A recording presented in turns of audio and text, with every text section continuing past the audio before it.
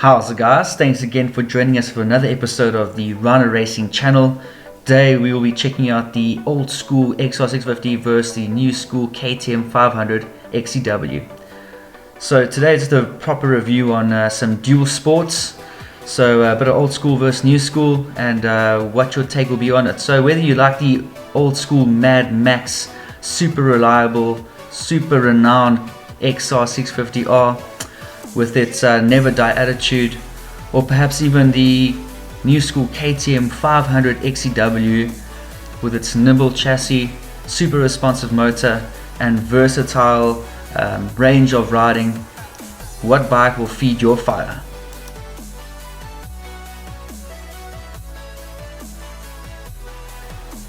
Okay guys, so hop on board with us, enjoy the footage, and let's see what bike will best suit your needs, whether it be budget or riding style. Let's go, guys.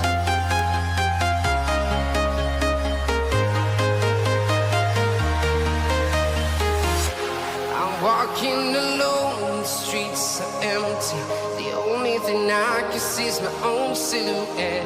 I'm getting stronger, step by step. The clock is ticking, but there's no time for regrets. I've been flying from town to town,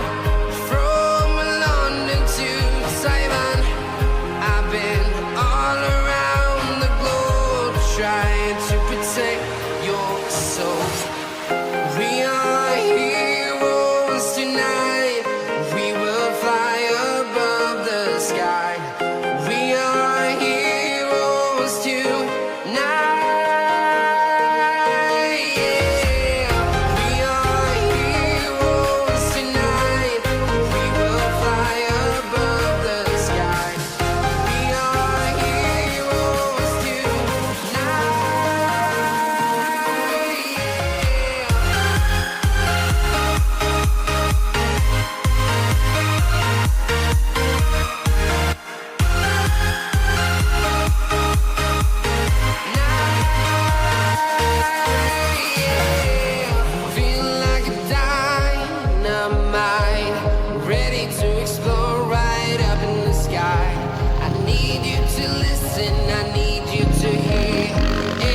show anything.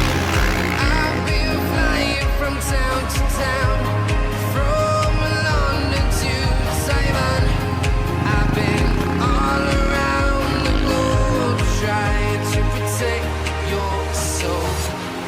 We are heroes tonight. We will fly above the sky.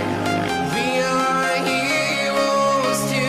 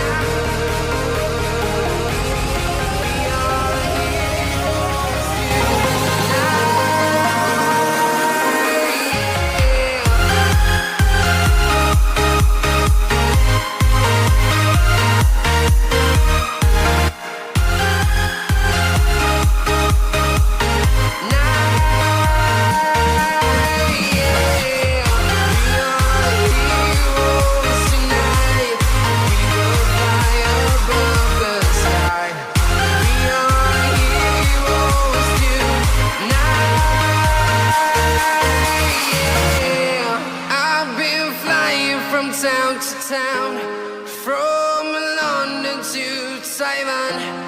I've been all around the globe trying to protect your soul.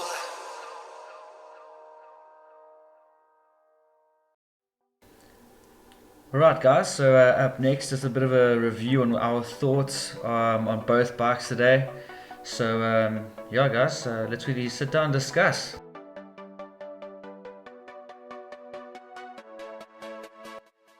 Sure. Okay, cool. So today we tested out the XR650R and then the 2018 KTM500XCW. So we had our good day of fun, and we got some really cool footage, GoPro, and obviously on the bike kind of scenes. So the whole point behind, I think, testing this XR and the KTM500 is basically to try and get some sort of understanding on what are the points basis, what bike would most likely be the best to buy if you are looking at something in that regard. So for me, I obviously bought the XR and I got the KTM500. I use them for all types of riding. So today my dad was on the KTM500 and I was riding the XR all day. So basically, I'm going to try and also give it a bit of a bash by rating it in our opinion as to which bike we felt was the better of the lot. If you're going to spend the money, which one would most likely work out best for you. So one of the first topics where we'll probably give it a point is obviously the aesthetics. So Dad, I don't know, which one do you think in your opinion was the best? Well, naturally I'll go KTM, but I'm also old school. I've had a lot of Honda XR 600, 650s myself back in the 80s. So look, appeal to me would be, unfortunately, the XR. I like the old school look. So to me, the XR is still a soft point in my heart, so I'll definitely go for the XR650. Great, yeah, I agree with you. I see everything is changing in that real slim look. So again, it's it's our opinion versus everyone else's, but yeah, there's just something about that XR, that rustic, hardcore look that the XR still has, and we both agreed on that category one. The aesthetics for us, I think the XR wins there. Yeah. Old school is cool. So on the category 2 was reliability. So this is somewhat also of a topic of discussion, because I mean, based on all the ratings and reviews that we've also paid attention to, all over the different platforms of social media, I think the KTM 500 was also a very, very potent machine in the sense of reliability. It's not something that will just put you on the side of the road. However, I think that simplicity will take the cake here.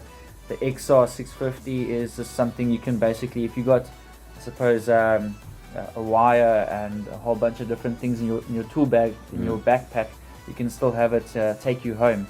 Whereas you got a failed battery on the KTM, then you've got a bit of a problem. Issue. Yeah. So I think reliability in that sense, this is all based on dual sport, so adventure riding. This is the topic of discussion. I think that definitely, I'd say the XR will take that. Yeah. Look, the thing we've got with the new modes of bikes, the KTM 500 is an awesome bike, but if there is a problem with the battery or there is a problem with the fuel injection, you're going to have a major problem stuck in the bush. Whereas the XR is still old school with carburetor. You can still take the carburetor out and play around with that and play around with the settings.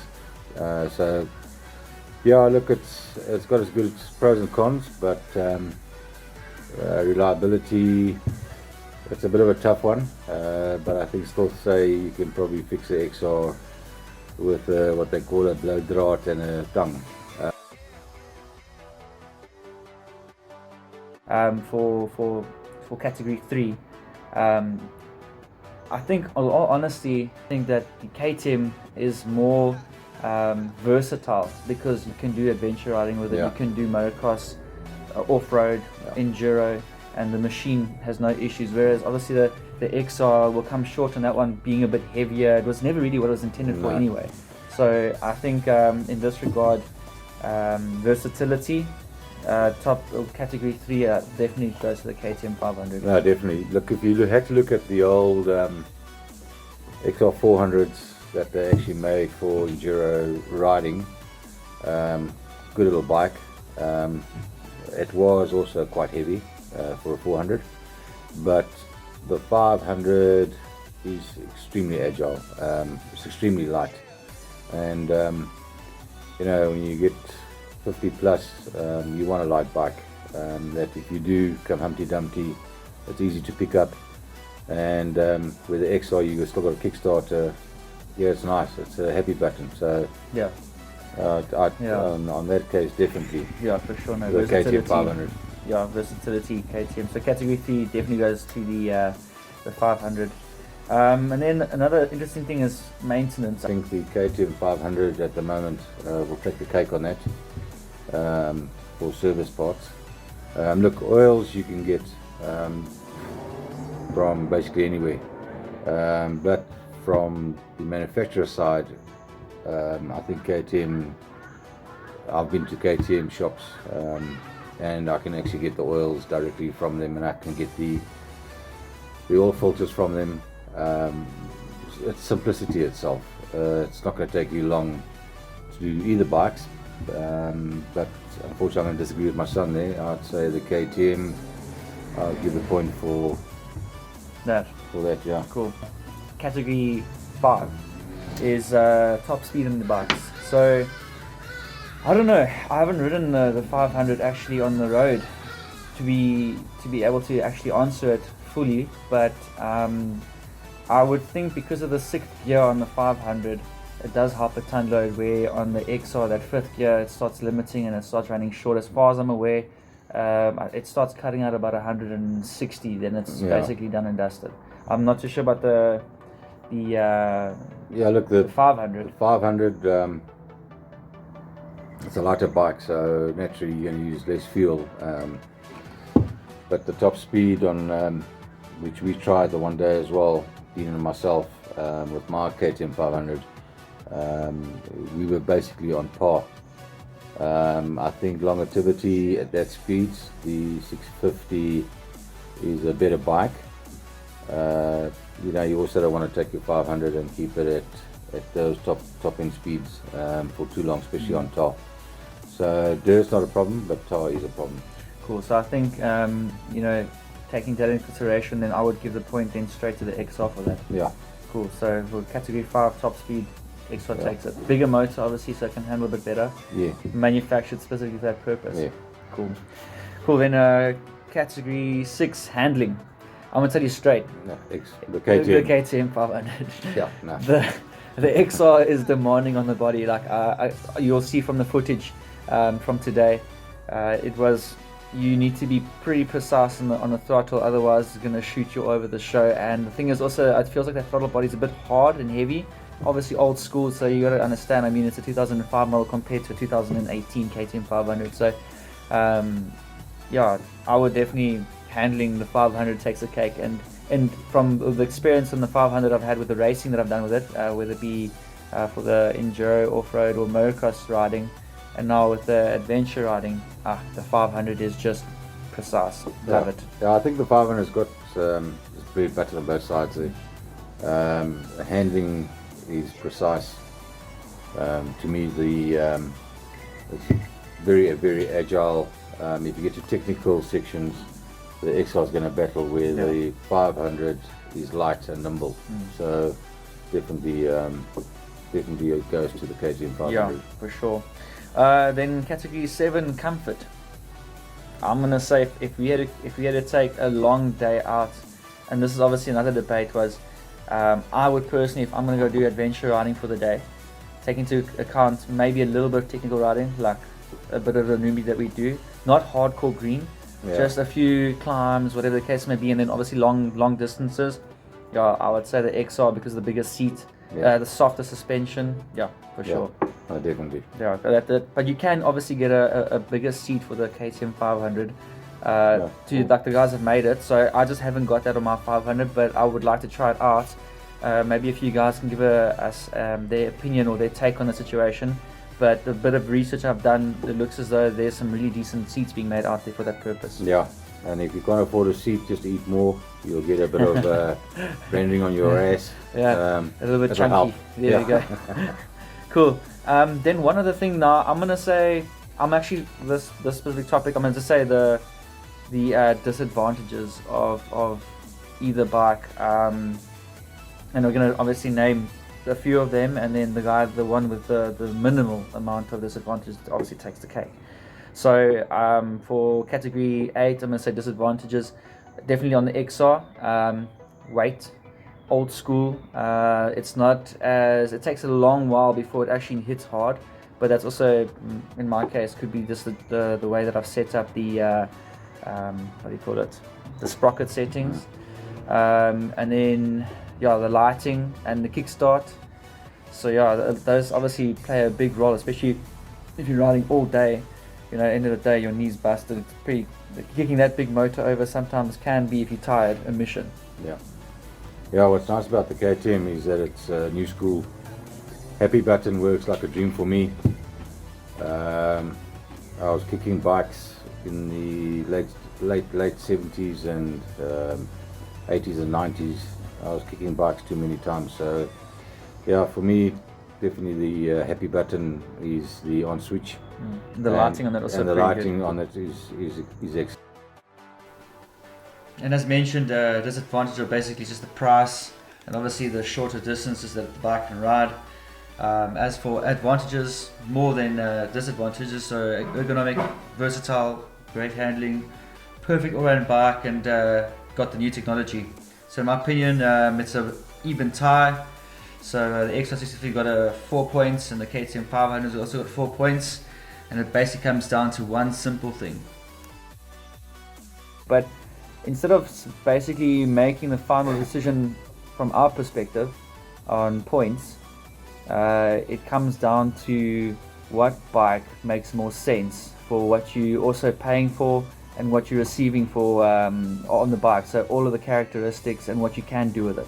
So in my opinion, I think that the KTM 500, if you're going to buy one bike, one specific bike, you don't have back to buy 2, 3, 4 bikes, whatever the case may be, you only have so much in your budget to afford one precise machine, then I would say the KTM 500 is that bike. If you at any point in time decide you want to go do a bit of enduro or any other form of riding, enduro, motocross, off-road, and then adventure riding, then I would say definitely the KTM 500 is the winner.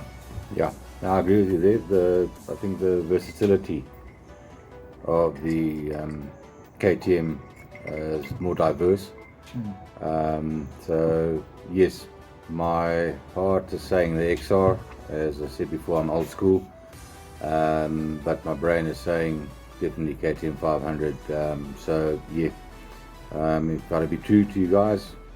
KTM 500 boys all the way. Straight. Laka guys, let us know what you guys think of the channel, and yeah, more to come. Thanks for joining in, and we'll see you guys later. Laka, thanks guys. Super tidy.